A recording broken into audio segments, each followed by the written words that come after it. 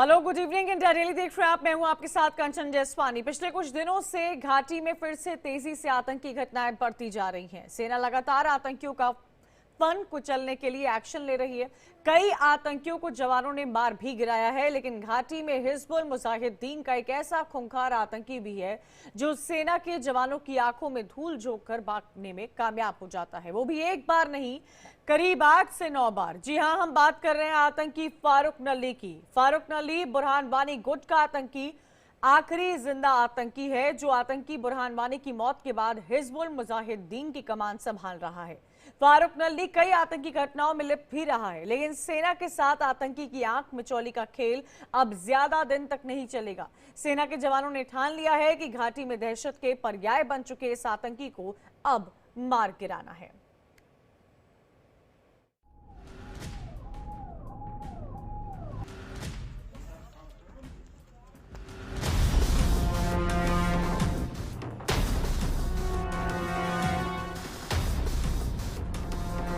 Terrorist की घेराबंदी, नहीं बचेगा आतंकी फारूक नली।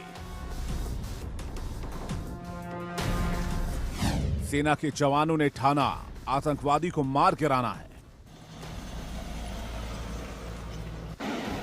बुरहान वानी का साथी अब टारगेट पर खूंखार आतंकी। 11 सालों से दे रहा चकमा, लेकिन अब नहीं मिलेगा भागने का मौका।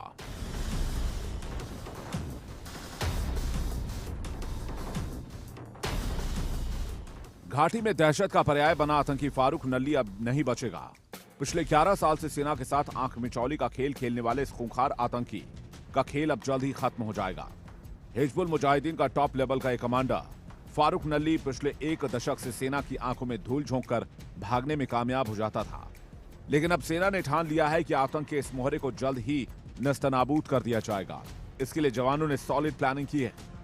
जवानों ने इसे घेरने के लिए सर्च ऑपरेशन चलाया है। अब उम्मीद की जा रही है कि आतंकी का काउंटडाउन शुरू हो चुका है।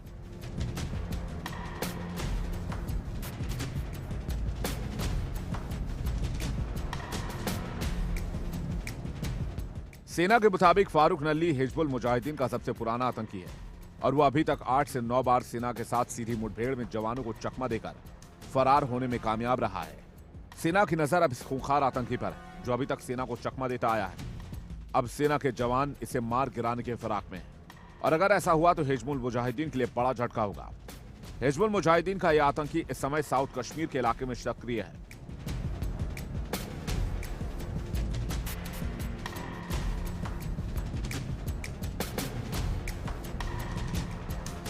फारूक नली ऐसा अकेला जिंदा आतंकी है जो बुरहान वानी के गुट में सक्रिय था।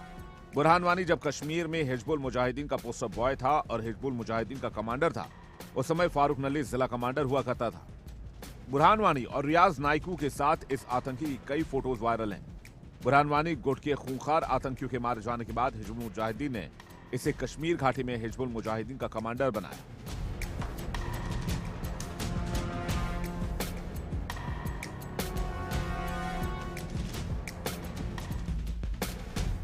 आखिरी बार 13 नवंबर को सुरक्षा बलों को जानकारी मिली थी कि आतंकी अपने 2 साथियों के साथ कुलगाम के यारीपुरा इलाके में छिपा है, जिस पर भारतीय सेना और जम्मू कश्मीर पुलिस ने मिलकर इस आतंकी को ढूंढने के लिए जॉइंट सर्च ऑपरेशन शुरू किया है।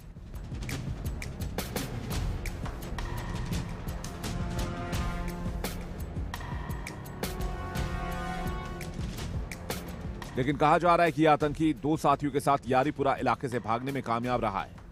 इंडिया डेली के पास वो एक्सक्लूसिव वीडियो है जिसमें वो जवानों को चकमा देकर अपने एक साथी के साथ फरार होने में कामयाब हो गया। हिजबुल मुजाहिदीन का आतंकी साउथ कश्मीर में सक्रिय है और ऐसी खबर है कि वो कुलगाम में कहीं छिपा है।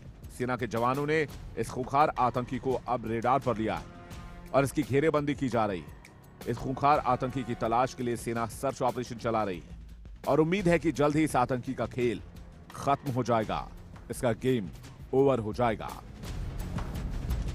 Bureau report, India daily.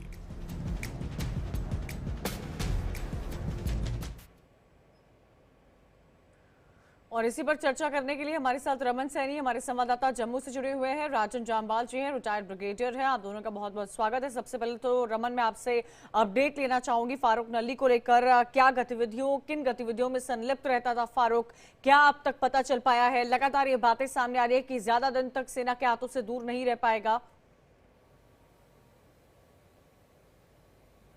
जी हाँ, बिल्कुल आपने सही कहा कि फारूक नल्ली पिछले 11 साल से सबसे लॉन्गेस्ट सर्वाइवल हिजबुल मुजाहिदीन का आतंकी जो कश्मीर घाटी में सक्रिय है। ये बुरहान वानी के समय का आतंकी है। जब बुरहान वानी कश्मीर का डिवीजनल कमांडर हुआ करता था, तब ये कुलगांव का जिला कमांडर हुआ करता था और तब से ही लगातार ये आतंक का एक अभिप्राय बन चुका है। बुरहान वानी और रियाज नाकू, उसके बुरहान वानी के बाद जब रियाज नाइकू को डिवीजनल कमांडर बनाया गया और उसके बाद जब रियाज नाइकू भी 2020 में मारा गया, तो उसके बाद फारूक नल्ली को हिजबुल मुजाहिदीन ने ऑपरेशनल कमांडर और डिवीजनल कमांडर जो है वो कश्मीर घाटी में बना दिया। पिछले 11 साल से लगातार ये आतंकी सुरक्षा बलों को चकमा देकर एक जगह से दूसरी जगह शिफ्ट होता जा रहा है। हाल ही में 13 नवंबर को कुलगांव के ही यारीपुरा इलाका जहां का ये रहने वाला है, उसी इलाके में सुरक्षा बलों को जानकारी मिली थी कि अपने 2 साथियों के साथ के एक इलाके के अंदर छिपा हुआ है। और जब इसको इसकी जांच इसको पकड़ने के लिए, इसको मार गिराने के लिए सुरक्षा बलों की टीम वहां पहुंची, तो ये सुरक्षा बलों की टीम पर फायरिंग करता हुआ वहां से एक बार फिर भागने में कामयाब हो गया। और जब ये आतंकी भागा है तो अपने एक साथी जो उसका ओजीडब्ल्यू साथी था, उसके साथ मोटरसाइकिल पर बैठकर भागा है और उसका सीसीटीवी फुटेज भी जो है इंडिया डेली के पास है। लगातार ये कश्मीर घाटी में कई आतंकी ऑपरेशंस के अंदर जो है वो शामिल रहा है। जम्मू में 2019 के अंदर एक ग्रेनेड ब्लास्ट हुआ था बस स्टैंड में, उसमें भी इस आतंकी का साथ जो है वो हाथ जो है वो बताया जा रहा है। इसके साथ साथ में कश्मीर के कुलगांव में ही 2022 में एक सरपंच की टारगेट किलिंग की गई थी, उसमें भी इसी आतंकी का हाथ माना जा रहा है। एनआईए ने बाकायदा उस हर सरपंच की किलिंग की जो जांच है, उसकी जो रिपोर्ट जो सबमिट की है, उसमें भी फारूक नल्ली का नाम जो है वो बाकायदा दर्ज किया गया है और इसका जो एक बैकग्राउंड जो है उसमें पूरी तरीके से एनआईए ने खंगालने की कोशिश की थी। अब जिस तरीके से पिछले 11 सालों से लगातार ये आतंकी एक जगह से दूसरी जगह सुरक्षा बलों की आंखों में धूल झोंकता हुआ, चकमा देता हुआ जो है वो बचता हुआ फिर रहा है, लेकिन अब कहीं ना कहीं पूरे कश्मीर घाटी में जिस तरीके से धारा 370 के खत्म होने के बाद एक ऑपरेशन ऑल आउट चलाया गया था, उसमें भी उस समय भी ये रडार पर था, लेकिन उस समय जितने भी दूसरे तंजीम थे, चाहे वो जैश ए मोहम्मद हो या फिर लश्कर तोयबा के जो आतंकी थे, टीआरएफ के आतंकी थे, जो एक सिरदर्द बन चुके थे सुरक्षा कर्मियों के लिए, फोकस उन पर था, उनको मार गिराया। और अब जो है वो ये आतंकी फारूक नल्ली जो है वो सुरक्षा बलों के रडार पर है और सुरक्षा बल जो है साउथ कश्मीर के अलग अलग इलाकों में इसे ढूंढने के लिए सर्च ऑपरेशन फिलहाल चला रहे हैं। ह्यूमन इंटेलिजेंस के साथ साथ में लगातार यहाँ पर कई बड़े ऑपरेशन ऑल आउट का भी जिक्र लगातार आप करते आ रहे हैं, वो भी चलाया जा रहा है और अब टेररिस्ट को भागने का मौका नहीं मिलेगा, लगातार इस बारे में जिक्र भी किया जा रहा है। लेकिन राजन जामवाल जी, मैं आपसे ये समझना चाह रही हूँ, ठीक है, पुलिस की तरफ से, सेना की तरफ से अलग अलग जॉइंट ऑपरेशंस चलाए जा रहे हैं, स्ट्रैटेजी बनाई जा रही है, लेकिन आखिर क्यों घाटी में इतनी आतंकी गतिविधियों में इजाफा देखने को मिला है? खासतौर पर बात अगर ऑफ लेट की जाए तो ये ग्राफ लगातार बढ़ता गया है, ऐसा क्यों हुआ है? देखिए, लगातार नहीं बढ़ा है। हाँ, अगर आप 1 महीना पिछले का देखिए या 3 महीने का देखिए तो देखने में लगता है कि एकदम बढ़ा है। इससे पहले भी बढ़ा है, जिससे ये अप एंड डाउन ना मैन ये कांस्टेंट ग्राफ नहीं रहता है। कुछ महीनों के लिए बढ़ता है फिर एकदम कम होगा। पहले भी बहुत बार हो चुका है, 2006 में हुआ, कितनी बार ये चीज हो चुकी है। हाँ, इस बार जो हुआ है उसके कुछ कारण है। पहले भी आपके चैनल पे ही मैंने बताया था कि ये 100 के या 80-90 जितने भी बोल रहे हैं, फरवरी में किए हुए, इन्फिल्ट्रेट किए हुए टेररिस्ट हैं, जो आए थे जम्मू कश्मीर में लोकसभा इलेक्शन में कुछ करने के लिए। वहां बाद में इन्होंने को बोला गया कि लोकसभा खत्म होने तक आपने कुछ नहीं करना है, बिकॉज उनको कोई इंटेलिजेंस भी नहीं की भी अगर कोई भी बड़ी हरकत उन्होंने करी तो गवर्नमेंट ऑफ इंडिया का रिस्पांस बहुत भयंकर होगा, एंड बिकॉज इलेक्शन का टाइम है they would go all out. So उसकी वजह से इलेक्शन तक उन्होंने कुछ नहीं किया। जैसे ही लोकसभा का इलेक्शन खत्म हुआ, उन्होंने रियासी में बस के ऊपर हमला कर दिया और लगातार जम्मू के एरिया में, अभी वो वापस कश्मीर एरिया में चले गए हैं, कर गए हैं। बट जो 80-90 जिनकी बात हो रही थी, अब उनमें से देखिए ज्यादातर ऑलरेडी मारे जा चुके हैं। जहां तक आप नल्लों की बात करते हो, देखिए कितने आए कितने गए, बहुत हमारे हाथों से भी निकले हैं इनके। मतलब ठीक है, अगर बोलते हैं ना 11 साल से सर्वाइवर है, कोई एक बड़ी घटना बताइए जिसमें शामिल हो। ये क्या करते हैं कि आईएसआई खुश करने के लिए कहीं चुपके से ग्रेनेड फेंक दिया, कोई कर दिया, उस टाइप का एक मतलब सरपंच की हत्या की आपने बात करी। ये ऐसे टेररिस्ट हैं जो इतना सर्वाइव करते हैं, किसी भी डायरेक्ट इनकाउंटर में हिस्सा नहीं लेते। डायरेक्ट मतलब जहां सेना के ऊपर हमला करना हो, जहां खुद की कैजुअलिटी होने के चांसेस काफी ज्यादा हो, या हाई रिस्क मिशन हो, ये हाई रिस्क मिशन से बचते हैं, बिकॉज इनको पता है यही एक तरीका है सर्वाइवल का। बट अंत में ये कहीं ना कहीं ट्रैक हो जाते हैं। देखिए बहुत सारे तरीके हैं ट्रैक होने के।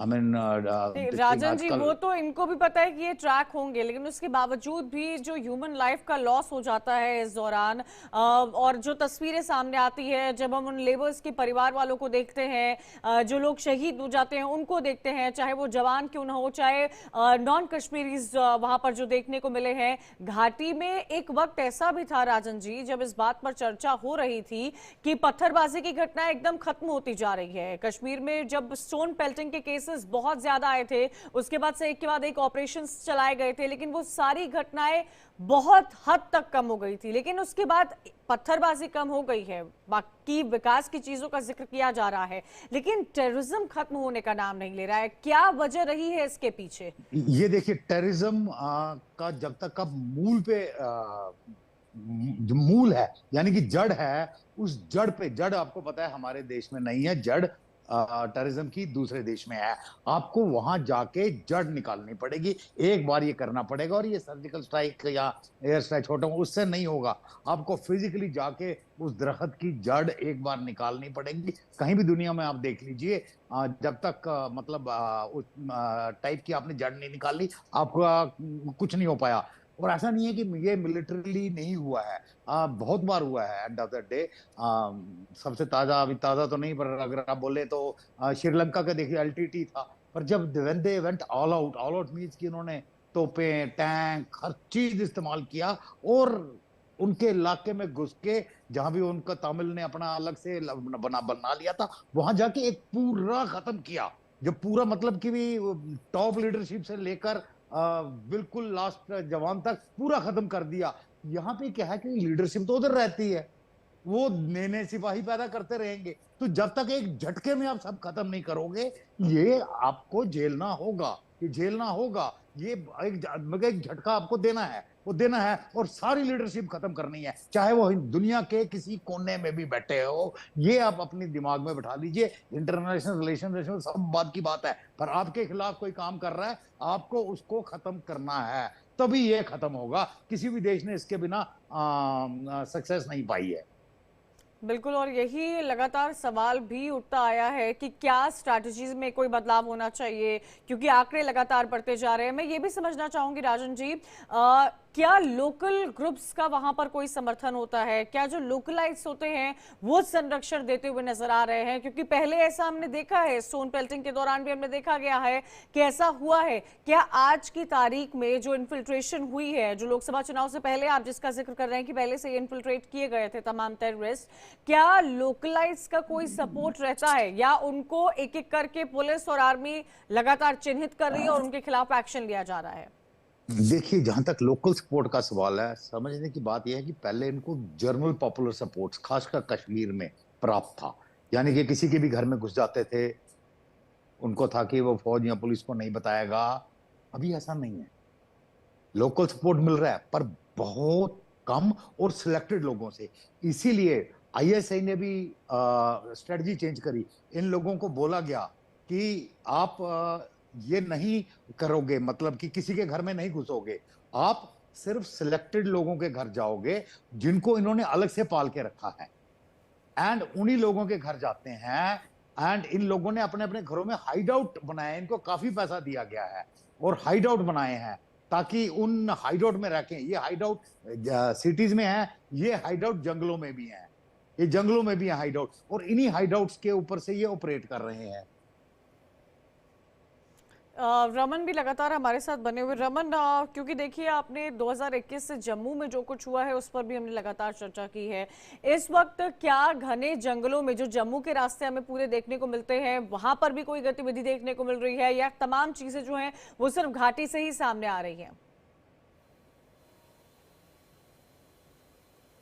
जी देखिए, अगर हम बात करें जम्मू की, तो 2021 के बाद से ही फोकस जो है वो कहीं ना कहीं आतंकी संगठनों का और आईएसआई और पाकिस्तान का शिफ्ट हुआ है। क्योंकि आपको याद होगा कि 2020 में जब गलवान घाटी में झड़प हुई थी, तो जम्मू प्रोविंस से, क्योंकि जम्मू प्रोविंस पूरी तरीके से पीस हो चुका था, तो यहाँ से बहुत ज़्यादा फोर्सेस को जो है वो शिफ्ट किया गया था चाइना के बॉर्डर की तरफ। तब से लेकर लगातार ये फोकस किया जा रहा है कि जम्मू के इलाकों को टारगेट किया जाए। और 2021 के सितंबर में पहला अटैक, अक्टूबर या सितंबर में जो है वो पहला अटैक जो है वो चमरेट के जंगलों में हुआ था, जहां पर 5 भारतीय सेना के जवान शहीद हुए थे। उसके बाद निरंतर एक गैप के बाद एक ना एक अटैक जो है वहां पर किए जा रहे थे, जिसमें भारतीय सुरक्षा कर्मियों को निशाना बनाया गया था। पिछले अगर हम 3 सालों की बात करें, तो 2021 के बाद लगातार जो 3 साल बीते, इसमें 50 से ज़्यादा भारतीय सेना के जवान, इसी स्ट्रेटजी जो पाकिस्तान की स्ट्रेटजी रही है कि जंगल से आओ, हिट करो, जंगल से आओ, मारो, और उसके बाद फिर जंगल में जाकर छुप जाओ। क्योंकि जंगल जो है वो कहीं ना कहीं इन आतंकवादियों के लिए पनाहगाह बने हैं। और जैश ए मोहम्मद के जो ये आतंकी आए, ये वेल ट्रेंड है और गोरिल्ला वारफेयर, जंगल वारफेयर में इनको महारत हासिल हो रखी है। आप बात कर रहे थे कि जिस तरीके से जम्मू कश्मीर में आखिरकार ये आतंकवाद खत्म क्यों नहीं हो रहा है और इसके पीछे जड़ क्या है। इसके पीछे अगर हम देखें तो ये पाकिस्तान के लिए एक सिर्फ जिहाद नहीं बल्कि एक इंडस्ट्री बन चुकी है। क्योंकि जिहाद के नाम पर, आतंकवाद के नाम पर पाकिस्तान ना जाने कितने मुस्लिम देशों से जो है वो फंड्स इकट्ठा करता है, और इस फंड्स को कहीं ना कहीं कश्मीर घाटी में आतंकवादियों के लिए डाइवर्ट करता है। ना केवल आतंकवादियों को देता है बल्कि अपना पेट भी जो है वहाँ की आईएसआई और पाकिस्तान की सेना और पाकिस्तान की सरकार जो है वो इससे भरती है। क्योंकि अगर आप देखेंगे तो पिछले 60-70 सालों से पाकिस्तान जिस गर्दिश में रहा है, जिस तरीके से इस समय वहाँ भुखमरी के हालात हैं, वहाँ के लोगों को ये भरोसा दिलाया गया था कि जिस तरीके का जिहाद जम्मू कश्मीर के अंदर, सोकॉल्ड जिहाद हम कहेंगे कि जिस तरीके का सोकॉल्ड जिहाद जम्मू कश्मीर के अंदर पाकिस्तान की तरफ से चलाया जा रहा है, एक दिन ऐसा आएगा जब कश्मीर घाटी पाकिस्तान का हिस्सा बन जाएगा। तो यही सपना जो है उन पाकिस्तान की आवाम को दिखाया गया था, जिसमें यह कहा गया था कि देखिए, आप अगर अभी तकलीफ झेल रहे हैं, आप अगर अभी गर्दिश में रह रहे हैं, तो आप चिंता ना करें, एक दिन ऐसा आएगा कि हम कश्मीर को अपने साथ जो है वो मिला लेंगे। तो यही एक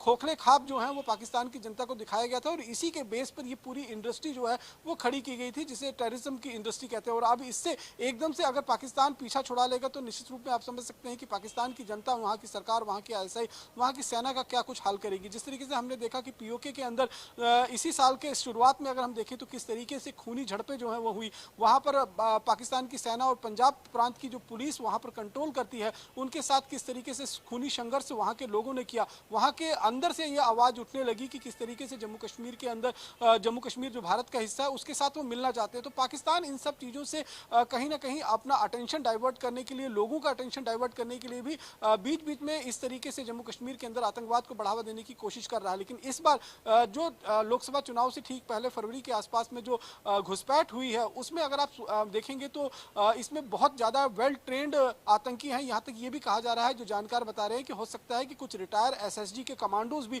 आतंकी के रूप में यहाँ पर ऑपरेट कर रहे हो। क्योंकि जिस तरीके का सटीक वार पाकिस्तान से आए हुए इन आतंकवादियों की तरफ से किया जा रहा है, वो एक वेल ट्रेंड सोल्जर की तरफ से ही किया जा सकता है। कोई एक आम टेररिस्ट या आम जिसको ट्रेनिंग मिली हो, वो इस तरीके के हमलों को अंजाम नहीं दे सकता है। क्योंकि इनके पास इस समय जो M4 अमेरिकन असॉल्ट राइफल है, उसका इस्तेमाल जो है वो पाकिस्तानी आतंकी कर रहे हैं। और ये कहीं ना कहीं सेना के लिए एक बहुत बड़ा सिरदर्द जरूर बन गया है। क्योंकि ये M4 राइफल जो है, इसमें बाकायदा स्कोप लगा हुआ है, दूर से बैठकर निशाना साध सकते हैं, नाइट विजन डिवाइस से ये लैस है, रात में भी बैठकर सटीक निशाना लगाया जा सकता है। और इन्हीं हथियारों का फायदा उठाते हुए आतंकी संगठन इस समय जम्मू कश्मीर में सुरक्षा बलों को अपना निशाना बना रहे हैं। 2021 से लेकर 2024 जब तक लोकसभा के चुनाव खत्म नहीं हो गए थे, तब तक तो हमने देखा कि जम्मू में सिर्फ और सिर्फ जो सिक्योरिटी फोर्सेस हैं उनको निशाना बनाया जा रहा था। लेकिन जिस दिन देश के प्रधानमंत्री तीसरी बार शपथ ले रहे थे, उस समय हमने देखा कि किस तरीके से निर्दोष श्रद्धालु जो शिवखोड़ी से आ रहे थे उनको भी निशाना बनाया गया। और उसके बाद हमने देखा वीडीजी के मेंबर्स को हाल ही में किश्तवाड़ का जो इलाका पड़ता है मरगन टॉप में, वहाँ पर आतंकियों ने निशाना बनाया। तो ये एक सिलसिलेवार तरीके से जम्मू कश्मीर के अंदर डर और खौफ का माहौल पैदा करने की कोशिश की जा रही है। खास तौर पर विलेज डिफेंस कमेटी के जो सदस्य हैं, उनको जिस तरीके से अब और ज्यादा पावर्स दी जा रही हैं और ज्यादा लेकिन रमन, एक बात तो साफ है कि ज्यादा लंबे वक्त तक ये डर और ऐसा माहौल नहीं देखने को मिलेगा। अच्छा राजन जामवाल जी, एक और बात है, ये हर किसी को पता है कि पाकिस्तान किस तरह आतंकियों को पनाह देता है। इंटरनेशनल लेवल पर, इंटरनेशनल फोरम्स पर भी इस पर बातचीत लगातार हो चुकी है। पाकिस्तान की सेना का क्या रुख रहता है इन आतंकियों को लेकर, वो जग जाहिर है। क्या इसी चीज को लेकर बड़े फोरम से एक साथ होकर पाकिस्तान के खिलाफ अपनी आवाज नहीं उठा सकते हैं? देखिए, जितना डिप्लोमेसी हमारी कर सकती है वो कर रही है। आई मीन ऑलरेडी हमने जब यूएन पे वो हर बार बात उठाता है एंड उसको एक मोटा शटअप कॉल मिलता है।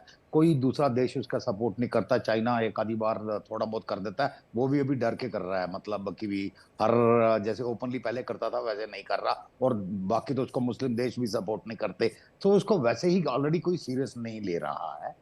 प्रॉब्लम यह है कि उससे उसको फर्क नहीं पड़ता। उसी एक जिसको बोलते हैं जैसे बच्चा होता है, कोई ढीठ हो जाता है, अब उसको फर्क ही नहीं पड़ता दुनिया क्या कह रही है। ऐसे को आप कैसे करोगे? आई मीन भर्त्सना करने से कुछ नहीं होगा। हाँ, जो भाषा वो समझता है, रोटी पानी की भाषा, जूते की भाषा, वो उसको मिल रही। अब उनकी आम जनता को भी ये समझ आना शुरू हो गया है कि इस पॉलिसी ने हमको भिखारी बना दिया। आई मीन आप पाकिस्तान टीवी चैनल देखो, एकदम मतलब मजाक उड़ाते हैं अपने ही देश का कि किस तरह हमारा प्रधानमंत्री, हमारे रक्षा प्रमुख, ये सब सिर्फ भीख मांगने जाते हैं। और सब किस तरह सऊदी अरेबिया पाकिस्तानियों को भी नहीं ले रहा, कहते हैं सब भिखारी हैं, चोर हैं, ये है वो है। आई मीन ये मुल्क का हाल हो गया, ये मुल्क की रेपुटेशन हो गई है। एक इंटरनल इम्प्लोजन पाकिस्तान में ड्यू है, एक ड्यू है, इनफैक्ट ओवर ड्यू है। मेरे हिसाब से किसी भी वक्त हो सकता है इंटरनल इम्प्लोजन एंड मतलब। और देखने वाली जो बात अभी, होगी कि वक्त के हाँ, साथ क्या एक्शन यहाँ पर क्या लिया जाता है। होगा। बहुत बहुत शुक्रिया राजन जी आपका।